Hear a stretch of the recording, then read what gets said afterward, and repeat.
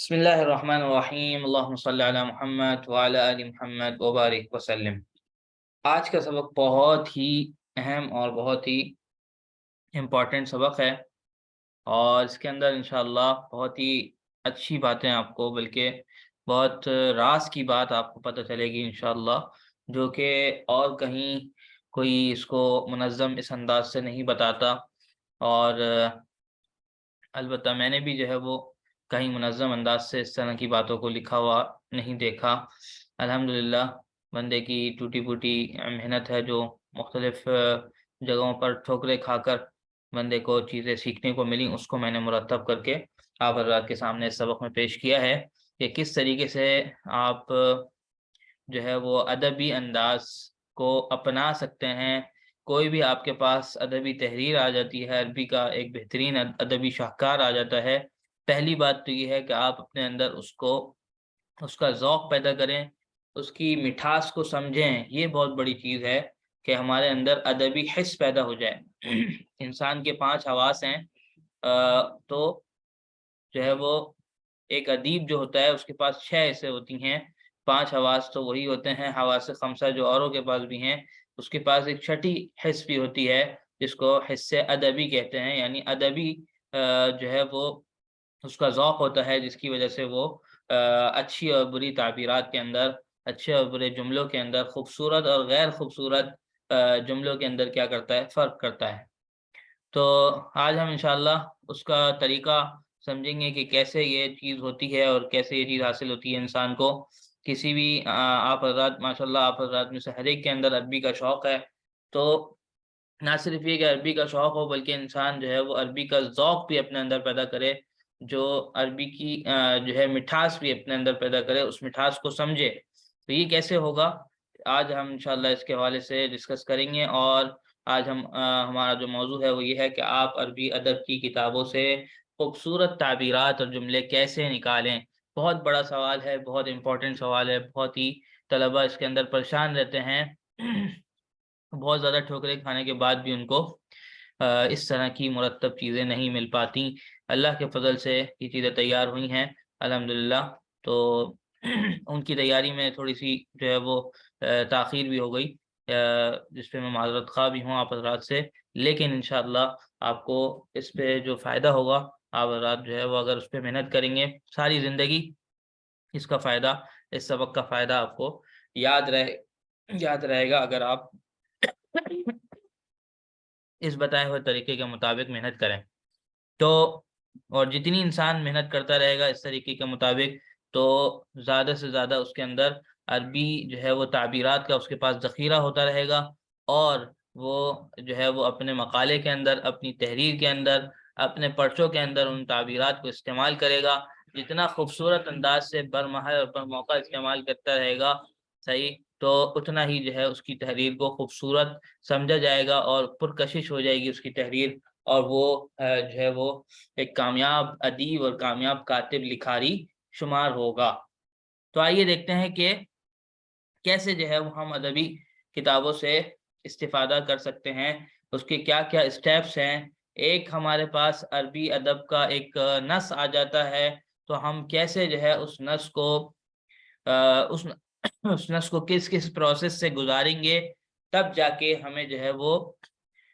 جو اس کا کما حقہ فائدہ ہے وہ ہم حاصل کر سکتے ہیں۔ دیکھیں، ایک بات یاد رکھیں، ایک ہے کہ انسان بہت جلدی جو ہے وہ کسی ادبی کتاب سے گزر جائے، جیسے کہ عموماً معذرت کے ساتھ کہتا ہوں ہمارے درس نظامی میں جہاں جہاں مدرسے ہیں تو اس میں ادبی کتابوں سے بہت سرسری سا جلدی سے گزار دیا جاتا ہے۔ صرف اور صرف ان کتابوں میں اساتذہ کرام عموماً جو ہے وہ صرف اور صرف ترجمہ اور مشکل الفاظ کی تشریح بتاتے ہیں اور آگے چل پڑتے ہیں، تو اس سے نقصان ہوتا ہے کہ طالب علم کے اندر عربی اور ادبی ذوق پیدا نہیں ہو پاتا، اور اسی وجہ سے پھر جب اس کے اندر وہ ذوق نہیں ہوتا، اس کو اچھی تعبیرات کی مٹھاس ہی نہیں معلوم ہوتی، تو وہ اس کو کیسے اپنا کے اپنی تحریر کے اندر لا سکتا ہے۔ تو یہ اسی وجہ سے ہمارے طلباء عموماً جو ہے وہ مدارس کے طلباء جو ہے وہ عمومی جو دیکھا گیا ہے، جو ہمارے سامنے صورتحال آئی ہے، وہ کمزور ہوتے ہیں، ان کی تحریر بہت زیادہ کمزور ہوتی ہے کہ اگر کسی عرب کو پیش کی جائے تو اس کا دل ہی نہ چاہے اس کو پڑھنے کا، اغلاط کا مجموعہ ہوتی ہے، اور جو ہے وہ اس کے اندر ادبی ذوق اور بالکل بھی نمایاں نہیں ہو رہا ہوتا۔ تو اس کے لیے جو ہے اس سبق کا الحمدللہ ہم نے نچوڑ نکالا ہے۔ تو 7 اسٹیپس ہمارے سامنے آئے ہیں، ان 7 اسٹیپس پر اگر کوئی آدمی کسی بھی ادبی تحریر کو گزار لے، ایک ادبی پیراگراف کو گزار لے، یعنی ان کے اندر، اس پیراگراف کے اندر 7 مراحل اور 7 اسٹیپس کر لے، 7 کام کر لے، تو انسان جو ہے اس نتیجے پہ پہنچتا ہے کہ اس نے اس پیراگراف کو کما حقہ ادبی اعتبار سے اس سے استفادہ کر لیا ہوتا ہے، اور اب وہ اس قابل ہوتا ہے کہ وہ بھی اپنے مقالے کے اندر اس انداز کی تعبیرات اور اس انداز کا جو ہے وہ اس انداز کی محاورے اور تعبیرات وہ لا سکے، اور اس کی پھر مقالہ بھی، اس کا اپنا مقالہ بھی بہت زیادہ تعبیرات سے لبریز ہوتا ہے، لبلب ہوتا ہے۔ تو یہ 7 اسٹیپس کون سے ہیں آج کے سبق میں ہم یہ دیکھیں گے، اور پھر آپ کو آخر میں ایک نص دیں گے جس کو آپ نے ان 7 اسٹیپس کو سامنے رکھ کے، ان 7 اسٹیپس گزار کر اپنے سامنے سے اس میں تھوڑی محنت کر کے آپ نے اس نص سے استفادہ کر کے تعبیرات نکال کے ہمیں بھیجنی ہوں گی کہ میں نے اس نص کو جو آپ نے بھیجا تھا اس پر یہ 7 مراحل کا جو پروسیس تھا یہ مکمل کیا، اس سے مجھے یہ فائدہ ہوا، یہ تعبیرات اچھی مجھے سمجھ میں آئیں، اور جو ہے اب میں اس کے لیے تیار ہوں کہ ان تعبیرات کو میں اپنے مقالے کے اندر بھی استعمال کر سکتا ہوں۔ تو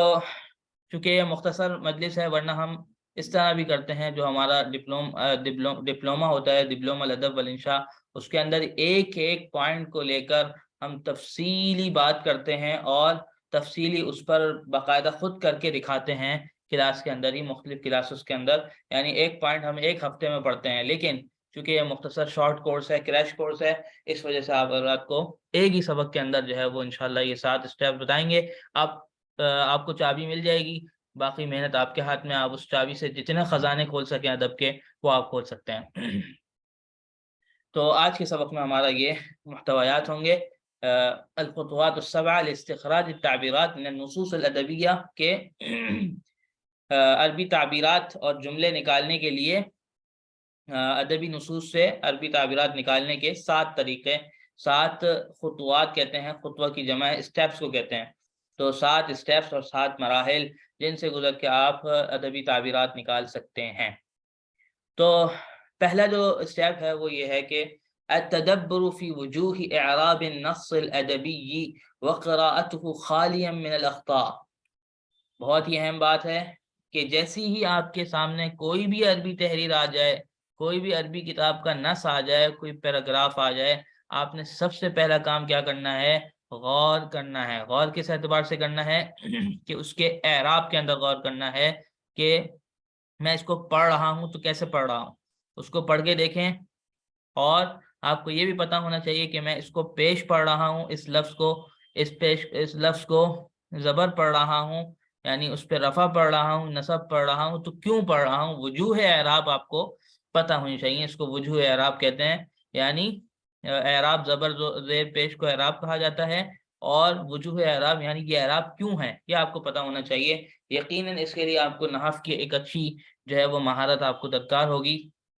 علم النحو آپ نے پڑھا ہوا ہوگا تو آپ اس کو بار بار سوچیں گے علم النحو کی روشنی میں، اور اسی طرح علم الصرف کی روشنی میں۔ تو اس طرح کر کے آپ بہت ہی اچھے انداز سے، یہ پہلا اسٹیپ ہوگا کہ آپ جو ہے سب سے پہلے اس کو پڑھیں، اور صحیح پڑھیں، اس کا پروناؤنسیشن اور اس کا تلفظ اور اس کا اعراب بالکل صحیح ہو۔ وقراءته خالیا من الاخطاء النحویہ والصرفیہ، نحوی صرفی غلطیاں اس کے اندر آپ کے پڑھنے کے اندر نہ ہوں، آپ بالکل صحیح جیسے اس کو پڑھنا چاہیے ویسے پڑھ رہے ہوں، ٹھیک ہے؟ جیسے اب یہی نص ہے، یہی جملہ ہے، اب التدبر فی وجوہ اعراب النص الادبی وقراءته خالیا من الاخطاء، یہ میں نے پڑھا ہے اس کو، تو اس کے اندر جو میں نے پڑھا ہے اللہ کے فضل سے کوئی غلطی نہیں ہے، کیونکہ مجھے پتا ہے کہ میں التدبر کیوں پڑھ رہا ہوں، کیونکہ یہ مبتدا ہے، فی وجوہ ہی کیوں پڑھ رہا ہوں، کیونکہ یہ مضاف ہے اور اس سے پہلے حرف جر داخل ہے، تو یہ کیا دیتا ہے؟ جر دیتا ہے۔ اعراب بالنص الادبی، یہ کیوں پڑھ رہا ہوں، یوں کیوں نہیں پڑھ رہا؟ تو آپ کو یہ پتا ہونا چاہیے کہ ان پر جو ہے وہ جو اعراب آ رہا ہے وہ کیوں آ رہا ہے، یعنی میں یہ اعراب کیوں پڑھ رہا ہوں۔ اگر آپ کو نہیں پتا اور اس میں مشکل ہو رہی ہے، اس کا مطلب آپ نحو میں کمزور ہیں، لہٰذا میری درخواست ہوگی ساتھیوں سے کہ وہ نحو کو بہت زیادہ پختہ کریں اور جو ہے علم النحو کا دوبارہ سے مراجعہ اور کسی استاد کی نگرانی میں کریں، اور ہمارے پاس بھی اس کی ترتیب بن سکتی ہے اگر کوئی ساتھی نحو کا کورس کرنا چاہیں۔ التدبر فی وجوہ اعراب النص الادبی وقراءته خالیا من الاخطاء، کہ اس کو اس حال میں پڑھنا، اس طرح پڑھنا کہ غلطیوں سے وہ کیا ہو، خالی ہو۔ یہ پہلا اسٹیپ ہو گیا، یعنی کوئی بھی تحریر آ گئی، آپ نے اس کو اچھی طریقے سے اعراب کے اعتبار سے، نحو صرف کے اعتبار سے اس کو کلیئر کر لیا کہ میں بالکل صحیح پڑھ رہا ہوں۔ دوسری بات، دوسرا اسٹیپ یہ ہے کہ جو آپ نے بالکل صحیح پڑھ لیا، اب یقیناً آپ کے سامنے کچھ جو ہے وہ کلمات آئیں گے جو آپ کو پتہ ہوں گے، اور کچھ کلمات نئے آئیں گے، اور کچھ کلمات مشکل بھی آئیں گے جو جن کے معنی آپ کو پتہ ہی نہیں۔ صحیح، آپ نے اپنی نحو کی مہارت کی روشنی میں آپ نے اس کو بہت اچھے انداز سے پڑھ لیا، لیکن آپ کو اس کے معنی نہیں آتے، وہ کلمات نئے ہیں آپ کے لیے، تو اب آپ کیا کریں گے؟ آپ کھولیں گے قاموس، معجم لیں گے، اس میں ڈکشنری لیں گے عربی سے، عربی بھی لے سکتے ہیں، بہتر یہی ہے تاکہ آپ کو عربی کی بات عربی میں ہی سمجھائی جائے، تو آپ کا عربی کا جو ذخیرہ الفاظ ہے وہ بڑھے گا۔ اگر یہ سمجھ میں نہیں آتی تو عربی سے اردو بھی لے سکتے ہیں۔ تو آپ کیا کریں، ایک ایک کلمے کو پہلے انڈر لائن کر لیں، اور پھر اس کے بعد ایک ایک کلمے کو قاموس میں دیکھیں، اور پھر جب قاموس میں دیکھ کے جو آپ کو معنی سمجھ میں آ رہے ہوں سیاق سباق کے اعتبار سے، وہ معنی آپ اس لفظ کے نیچے لکھ لیں، ٹھیک ہے؟ یہ سارے کے سارے، اور اگر آپ عربی سے عربی دیکھ رہے ہیں، یقیناً آپ کو مترادفات جسے انگلش میں سینونیمز کہتے ہیں، تو وہ بھی آپ کو نظر آ رہے ہوں گے، تو آپ کو مل جائیں گے، تو آپ عربی والے لفظ کا معنی عربی ہی میں اس کے مترادف کی صورت میں لکھیں، اور پھر یہ سارے چیزیں جتنے بھی مشکل کلمات آپ کے سامنے آ گئے، مثال کے طور پہ 10 کلمات مشکل تھے، آپ نے اس کو قاموس کے ساتھ دیکھ کے حل کر لیا۔ اب آپ ایک چھوٹی سی ڈائری اپنے پاس ضرور رکھیں، اس سارے عمل کے اندر ڈائری کا بہت زیادہ عمل دخل ہے۔ چھوٹی ڈائری، پاکٹ ڈائری آپ اپنے پاس رکھیں، اس کے اندر آپ اپنے سارے جو مشکل کلمات آپ کو سامنے آ رہے ہیں آپ ان کو نوٹ کرتے جائیں، اور جو ہے وہ ان کے جو معنی ہیں وہ آپ لکھ لیں،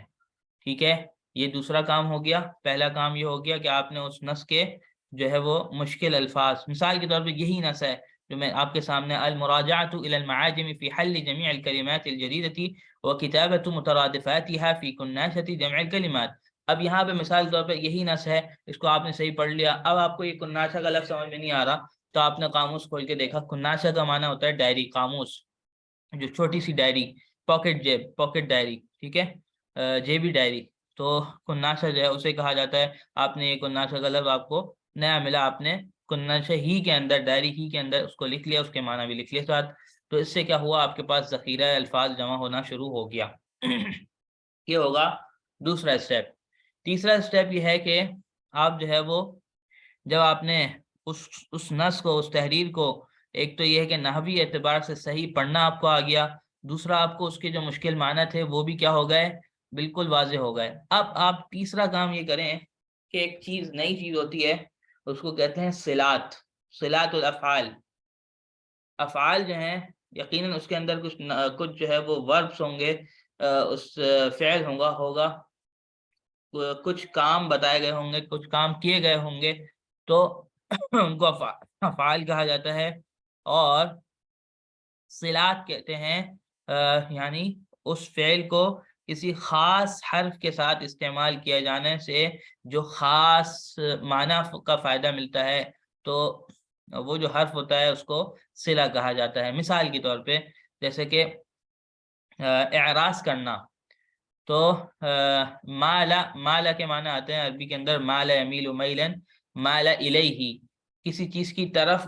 میلان ہو جانا، کسی کی چیز کی طرف کیا ہو جانا، مائل ہو جانا، مطلب یہ کہ کسی چیز میں انسان کو شوق پیدا ہونا شروع ہو جائے۔ مثال کے طور پر جیسا کہ آپ لوگ عربی کی طرف مائل ہو گئے ہیں، اسی وجہ سے آپ نے اس کورس میں کو جوائن کیا ہے، تو کیا کہا جائے گا؟ مالا الا ملتم قد ملتم الا هذه الدورہ، آپ لوگ اس دورے کی طرف مائل ہو گئے ہیں، مطلب آپ کو شوق ہو گیا، رغبت ہو گیا، آپ کا میلان اس طرف ہو گیا۔ تو اب یہ ہے مالا کے ساتھ کیا آ رہا ہے؟ الا آ رہا ہے، مالا الا هذه الدورہ، ملتم الا هذه الدورہ، ٹھیک ہے؟ تو اس کے معنی ہوں گے میلان کے، اس کی چیز کی طرف راغب ہونے کے۔ لیکن اگر جو ہے آپ مالا کے ساتھ الا کے بجائے عن لے کے آ جائیں، کہ آپ یہ کہیں کہ مالا فلان عن هذه الدورہ، اس کورس سے جو ہے وہ کیا ہے؟ فلاں آدمی مائل ہو گیا، تو اس کا مطلب ہوگا اگر عن آئے گا تو یہ بتائے گا کہ اس کے معنی شوق کے نہیں ہیں، اس کے معنی تو بے رخی کے ہیں، اس کے معنی تو اعراض کے ہیں، اس کے معنی یہ ہیں کہ وہ اس کا شوق ختم ہو گیا اور اس نے بے رخی برت لی۔ تو مالا دیکھیں آپ، صرف اور صرف عن اور الا کے فرق سے کیا ہو رہا ہے؟ پورا ہی معنی بدل گیا، پورا معنی جو ہے وہ اپوزٹ چلا گیا۔ تو اس وجہ سے جو ہے وہ کیا ہے، عربی زبان کے اندر صلات الافعال کی بہت زیادہ اہمیت ہے، اور یہ چیزیں اب ہم نے نوٹ کرنی ہوں گی۔ جب ہم ادبی نص سے، ادبی اعتبار سے فائدہ اٹھانا چاہ رہے ہیں تو ہمیں یہ چیز نوٹ کرنی پڑے گی کہ ہم کیا کریں، زیادہ سے زیادہ صلات کے اندر غور کریں۔ التأمل کا مطلب ہوتا ہے غور کرنا، فی صلات الافعال، افعال کے صلات کے اندر، تأملا دقیقا، کہ بھائی کون سے صلہ کون سے فعل کے ساتھ استعمال ہو رہا ہے۔ یعنی مثال کے طور پہ اگر اس نص کے اندر کوئی فعل ہے اور اس فعل آپ کو جو ہے آپ قاموس میں دیکھ رہے ہیں، تو قاموس کے اندر مختلف اس فعل کے استعمالات لکھے ہوتے ہیں کہ بھائی اگر الا کے ساتھ مالا استعمال ہوگا تو اس کے معنی یہ ہوں گے، اور عن کے ساتھ اس کے استعمال ہوگا تو اس کے معنی یہ ہوں گے۔ تو اب آپ کیا کریں، ڈکشنری کے اندر جو ہے وہ یہ چیزیں بھی نوٹ کرتے جائیں کہ بھائی کون سا فعل کون سے صلے کے ساتھ کیا معنی دے رہا ہے اور دوسرے صلے کے ساتھ کیا معنی دے رہا ہے۔ اس لیے کہ بہت بڑی تبدیلی واقع ہو جاتی ہے کس کے اندر، معنی کے اندر۔ اگر آپ نے غلط صلہ استعمال کیا، آپ نے مالا الا کے بجائے آپ نے مالا عن کہہ دیا۔ اسی طرح بہت ساری مثالیں ہیں، شغل فلان، اشتغل فلان فی الشیء، فلاں آدمی کسی چیز کے اندر مشغول ہو گیا، اور اشتغل فلان عن الشیء، اس کا مطلب ہو جائے گا فلاں آدمی کسی چیز سے اس نے اعراض کر لیا، بے رخی برتی۔ تو یہ جو ہے وہ آپ کا بہت ہی اہم چیز ہوگی جس کو آپ نے نوٹ کرنا ہوگا۔ یعنی اس نص کے اندر تیسرا جو چیز آپ کو حاصل ہو گئی کہ آپ نے ہر فعل کے ساتھ جو اس کا صلہ یوز ہو رہا تھا آپ نے اس کو بھی الگ سے تحریر کر لیا۔ چوتھا اسٹیپ یہ ہوگا کہ جب آپ جو ہے اس کا آپ نے اعراب بھی معلوم کر لیا، اس نص کا، اس پیراگراف کا، دوسرے نمبر پہ آپ نے اس کے مشکل معنی بھی جو ہے وہ کیا ہے ڈکشنری کی مدد سے حل کر لیے، آپ کو سمجھ میں آ گئے۔ تیسرے نمبر پہ آپ نے صلات کو بھی جو ہے نوٹ کر لیا کہ کون سے صلے سے کیا معنی میں تبدیلی ہوتی ہے، وہ بھی آپ نے دیکھ لیا اچھی طریقے سے غور و فکر کر کے۔ اب آپ گویا کہ جو ہے وہ اس نص کو آپ سمجھ چکے ہیں، ٹھیک ہے؟ اب آپ کیا ہو چکے ہیں، سمجھ چکے ہیں اس نص کو۔ تو اب آپ چوتھے نمبر پہ یہ کریں گے، قراءۃ النصر 10 مرات علی الاقل مع الفہم۔ اب آپ اس نص کو 10 مرتبہ کم از کم پڑھیں، کم از کم 10 مرتبہ آپ اس نص کو پورا پڑھیں اچھی طریقے سے، صحیح اعراب کے ساتھ، معنی کا خیال کرتے ہوئے، معنی کو سمجھتے ہوئے، اور استلذاذ بتعبیرہ، اور اب اس کی تعبیر سے آپ کو مزے لے کے پڑھیں۔ یعنی جب آپ 2-3 مرتبہ اس کو ریپیٹ کر دیں گے اب آپ کو مزہ آنا شروع ہو جائے گا، تاکہ اب آپ جو ہے وہ کیا ہے 10 مرتبہ کیوں پڑھوا رہے ہیں، تاکہ آپ کو کاتب کا جو اسلوب ہے، کاتب نے جس انداز میں اس کو لکھا ہے، جس ادبی انداز میں، وہ آپ جو ہے وہ جذب کر لیں اپنے اندر، تتشرب اسلوب الکاتب، تاکہ کاتب کے اسلوب کو آپ جذب کر لیں، وَيَتَرَاسَخُ ذَلِكَ فِي نَفْسِكَ، اور یہ آپ کے نفس کے اندر، آپ کے دل کے اندر اتر جائے، بالکل جو ہے وہ کیا ہے رچ بس جائے، آپ کی رگ رگ کے اندر جو ہے وہ اس کی تعبیرات رچ بس جائیں۔ اس وجہ سے اب آپ کو کہا جائے گا کہ آپ اس نص کو جب سمجھ کر مزے لے کر 10 مرتبہ پڑھیں۔ یہ ہو گیا چوتھا اسٹیپ۔ پانچواں اسٹیپ یہ ہے کہ اب آپ نے جب 10 مرتبہ پڑھ لیا، یقیناً اب آپ اس نص پر حاوی ہو چکے ہوں گے، اس پیراگراف پر حاوی ہو چکے ہوں گے۔ اب آپ وہ نص بند کر دیں، اگر وہ پیپر میں ہے تو وہ پیپر لپیٹ کر سائڈ پہ رکھ دیں، اگر وہ کتاب میں کھلا ہوا ہے نص جس پیراگراف پہ آپ نے محنت کی ہے ادب کے اعتبار سے، تو آپ اس پیراگراف کو، اس کتاب کو بند کر کے سائڈ پہ رکھ دیں. اغلق الکتاب، کتاب کو بند کر دیں. ثم انقل ما فهمته من النص بتعبيرك انت. ٹھیک ہے، اب آپ نے کیا کرنا ہے، جو آپ سمجھے ہیں نا، اب اس نص کے اندر آپ کو کیا سمجھ میں آیا، اس کا خلاصہ یقیناً آپ کے ذہن میں بیٹھ کیا ہوگا. اب آپ پیپر اور پین لیں،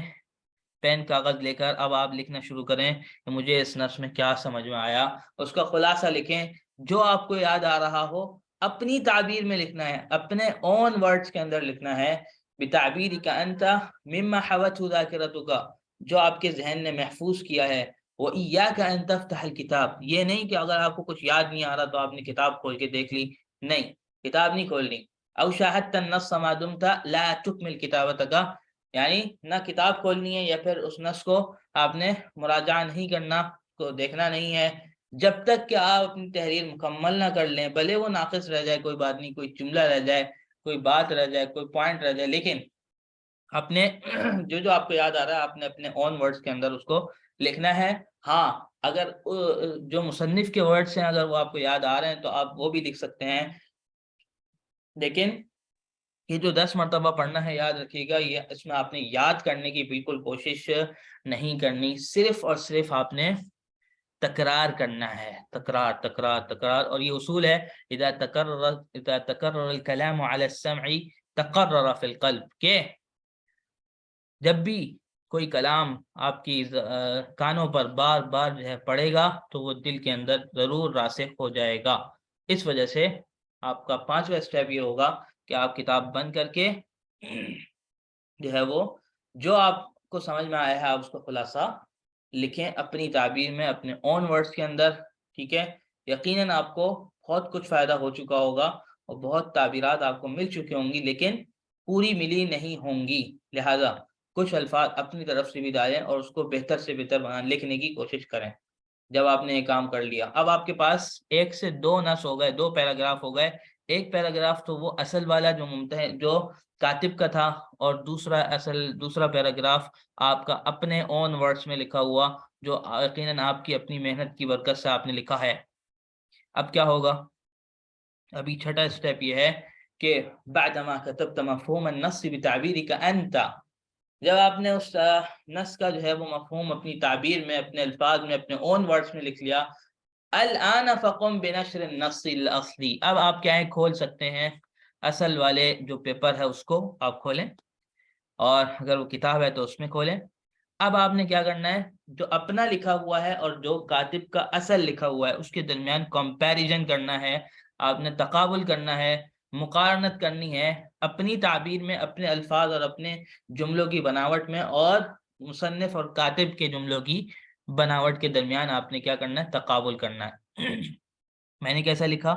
انہوں نے کیسا لکھا، میں نے کیسا لکھا، انہوں نے کیسا لکھا، میں نے کیسا لکھا، انہوں نے کیسا لکھا. ایک ایک جملے کے اندر آپ اس کو غور کریں، اور دونوں میں جو فرق جہاں جہاں آ رہا ہے آپ اس کو اپنے جو آپ نے لکھا ہوا پرچہ ہے اس کے اندر نوٹ ڈاؤن کریں، اس کو انڈر لائن کریں، اور وہ آپ کو بعد میں ابھی کام آئے گا جب ہم بتائیں گے کہ اب اگلا اسٹیپ کیا ہے. کہ ابھی چھٹا اسٹیپ یہ ہو گیا کہ آپ کو پتہ چل گیا کہ میں نے کہاں کہاں مسٹیک کی ہے، اور یا پھر میری تعبیر کے اندر کہاں کہاں جھول رہ گیا ہے. تو جو فروق ہوں گے آپ نے اس کو انڈر لائن کر لینا ہے. یہ ہو گیا چھٹا اسٹیپ. اور 7واں اور آخری اسٹیپ یہ ہے کہ بعدما قارنت بين تعبيرك أنت وبين تعبير كاتب النص ولاحظت الفرق بين التعبيرين، الآن ماذا تفعل؟ فاكتب ذلك التعبير الرائع. یہ جو فروق ہوں گے نا، جب آپ نے کمپیریزن کر کے دونوں کے اندر فرق نکال لیا اور اس کو انڈر لائن بھی کر لیا، یقیناً مصنف کی تعبیر کے اندر جو ایک آپ نے تعبیر لکھی اور ایک مصنف نے تعبیر لکھی، مثال کے طور پہ ایک ہی بات ہے. اگر آپ کوئی آپ سے کہتا ہے کہ جو ہے مجھے دعاؤں میں یاد رکھنا، تو اس کے لیے ایک الفاظ، ایک لفظ یہ بھی ہے، ایک تعبیر، ایک انداز یہ بھی ہے کہ آپ کیا کہیں، اذکرنی، آپ یہ کہیں لا تنسنی فی دعائک. ٹھیک ہے، لا تنسنی، لا تنسا کا مطلب ہوتا ہے نہیں بھولنا مجھے اپنی دعا کے اندر، لا تنسنی فی دعائک. اور دوسرا جو ہے وہ ایک اور انداز ہو سکتا ہے، یعنی اس سے اچھا انداز، وہ یہ کہ جیسا کہ اللہ کے نبی صلی اللہ علیہ وسلم کی احادیث مبارکہ کے اندر آپ صلی اللہ علیہ وسلم کی ایک حدیث سے مبارک میں آپ صلی اللہ علیہ وسلم نے حضرت عمر رضی اللہ تعالیٰ عنہ کو عمرے کے لیے رخصت کر رہے ہیں. آپ صلی اللہ علیہ وسلم عمرے کے لیے ان کو رخصت کر رہے ہیں، وہ عمرہ کرنے جا رہے ہیں. تو کس الفاظ سے آپ صلی اللہ علیہ وسلم ان سے دعا کا کہہ رہے ہیں؟ کن الفاظ سے؟ اس لفظ سے نہیں کہ لا تنسانی فی دعائی کا. یقیناً یہ بھی صحیح ہے، صحیح ہے مجھے اپنی دعا میں نہیں بھولنا، یقیناً یہ بھی صحیح ہے، مطلب گزارا اس سے بھی چل جائے گا. لیکن ابھی ہم بات کر رہے ہیں کون سا بہترین تعبیر ہے اور پرکشش اور ادبی اعتبار سے کون سی اعلیٰ تعبیر ہے. تو اللہ کے نبی صلی اللہ علیہ وسلم نے کون سے لفظ استعمال کیا؟ آپ صلی اللہ علیہ وسلم نے ارشاد فرمایا حضرت عمر رضی اللہ تعالیٰ عنہ سے،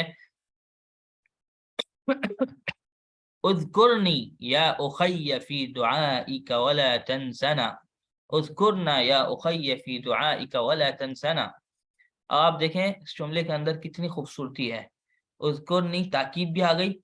اذکرنی فی دعائک، اذکرنی یا اخی، اے میرے بھائی، اے میرے چھوٹے سے بھائی، اذکرنی یا اخی فی دعائک ولا تنسنا، اذکرنا یا اخی فی دعائک ولا تنسنا، کہ اے میرے بھائی، چھوٹے سے بھائی، ہمیں اپنی دعاؤں میں یاد رکھنا اور بھولنا نہیں. تو اب یہ دیکھیں دونوں انداز میں کیا فرق ہے. اس کو وہی نکال سکتا ہے، وہی فرق نکال سکتا ہے، وہی سمجھ سکتا ہے جو کہ ان 7 مراحل سے اس جملے کو، اس نص کو گزارے، تب جا کے آپ کو ساتویں جب آپ کمپیریزن کریں گے. اور یہ اب کوئی آپ میں سے یقیناً یہ سوچ رہا ہوگا کہ یار یہ تو 7 اسٹیپس ہیں، اتنے لمبے چوڑے ہیں، کون جو ہے اتنا وقت نکالے گا، کون اتنا فارغ ہے. تو یہ صرف اور صرف چند دنوں کی محنت آپ کو کرنی پڑے گی، جو کہ آپ کو بہت زیادہ مشقت، یقیناً مشقت تو اس کے اندر ہے، اور ہر نئے کام کو، ہر نئی چیز کو سیکھنے کے لیے مشقت اٹھانی پڑتی ہے. انسان جو ہے وہ اگر مشقت نہ اٹھائے، ایک بچہ جب جو ہے چلنا سیکھتا ہے کتنی بار لڑ کھڑاتا ہے، پھر اٹھتا ہے، پھر لڑ کھڑاتا ہے، لیکن وہ ہمت نہیں ہارتا. ایک وقت ایسا آتا ہے کہ اس کو اٹھنے بیٹھنے اور چلنے میں ذرا ہی دقت نہیں ہوتی، وہ عادی ہو چکا ہوتا ہے. اب وہ چل نہیں رہا ہوتا، وہ دوڑ رہا ہوتا ہے، دوڑ کے مقابلے میں شرکت کر رہا ہوتا ہے. یہی حال کتابت کا بھی ہے اور ان 7 مراحل کا بھی ہے کہ یقیناً پہلے ہفتے کے اندر تو آپ کو ٹائم لگے گا،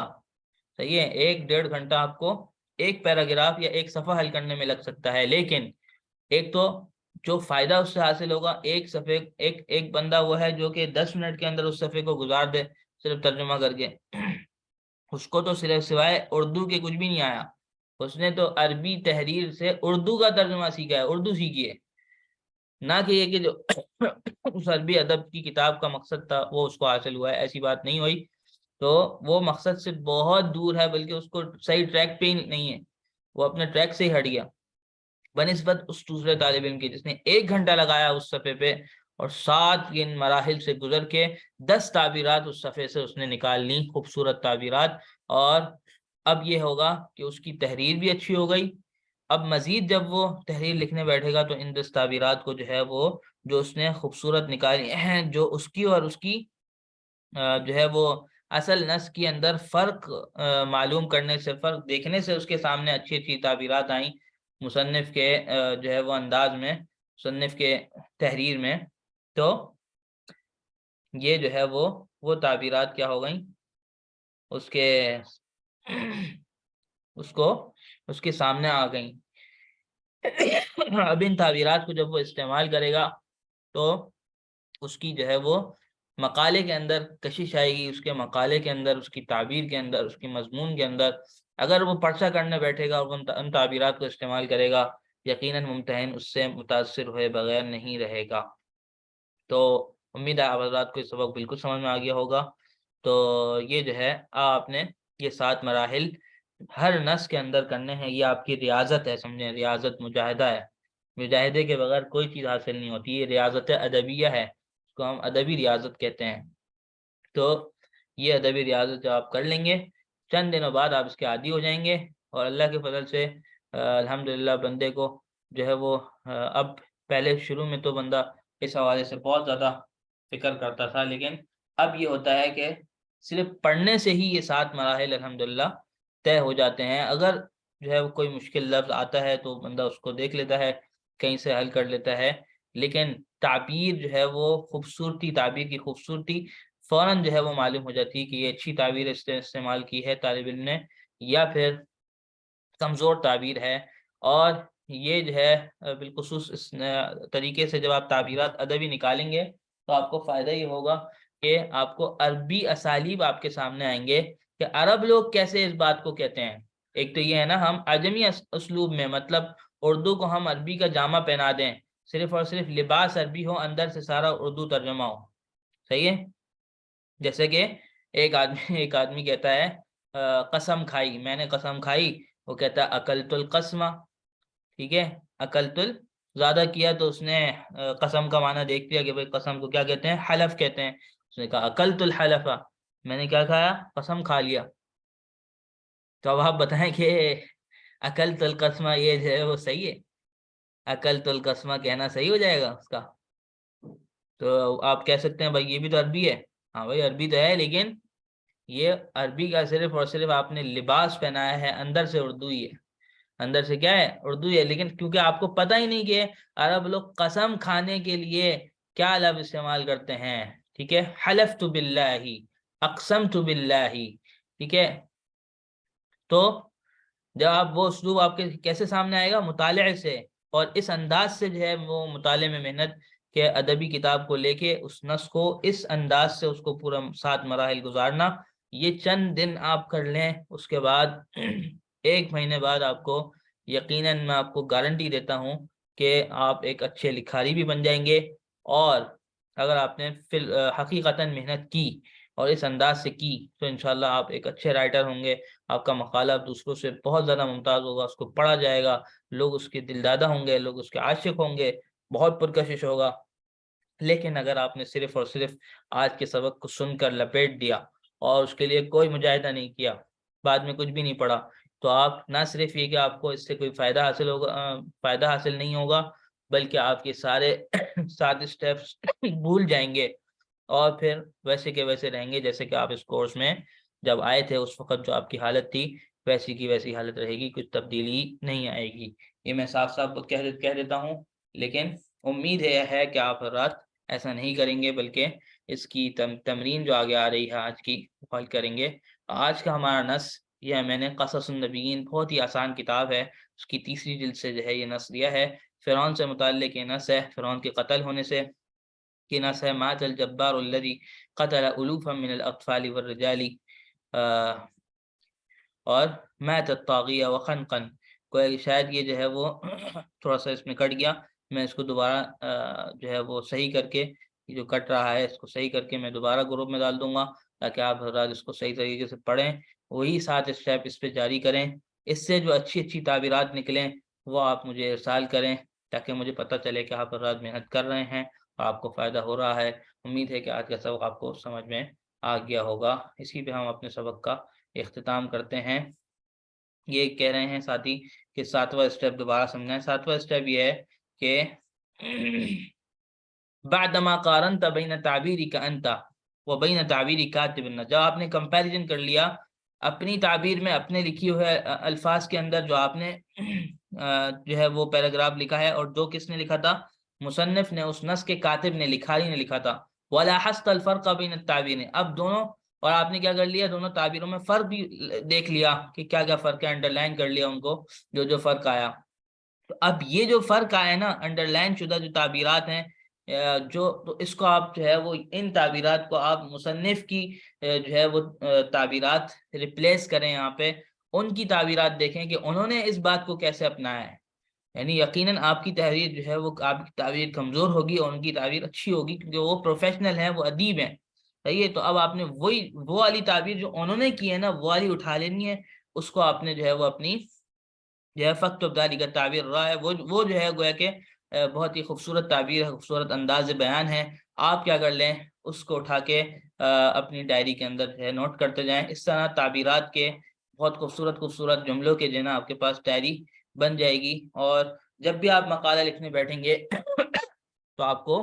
اچھے خوبصورت جملے تلاش کرنے میں مشکل نہیں ہوگی. آپ وہ ڈائری کھولیں گے اور موقع محل کی مناسبت سے اس جملے کو آپ اپنی تحریر کے اندر لے کے آئیں گے. اس سے آپ کی تحریر پرکشش بن جائے گی اور آپ کو ادب سے یقیناً بہت زیادہ شغف اور بہت زیادہ لگاؤ ہو جائے گا. اگر آپ نے تھوڑا سا مشقت اور مجاہدے کا وقت گزار لیا تو آپ اس کے ایسے عاشق ہو جائیں گے، ایسے لت آپ کو پڑ جائے گی کہ آپ جو ہے وہ ادبی کتابوں کا مطالعہ کیے بغیر آپ کو بالکل چین نہیں آئے گا،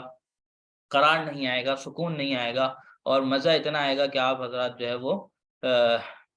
دعائیں دیں گے کہ جو ہے وہ کس طریقے سے جو ہے آپ کو گائیڈ کیا گیا اللہ تبارک و تعالیٰ کے فضل سے. امید ہے کہ آپ کو سبق سمجھ میں آ گیا ہوگا. اسی پہ ہم آج کے سبق کا اختتام کرتے ہیں. وآخر دعوانا الحمد للہ رب العالمین. سبحان اللہ وبحمدہ، سبحانک اللہم وبحمدک، نشہد ان لا الہ الا انت، نستغفرک ونتوب الیک.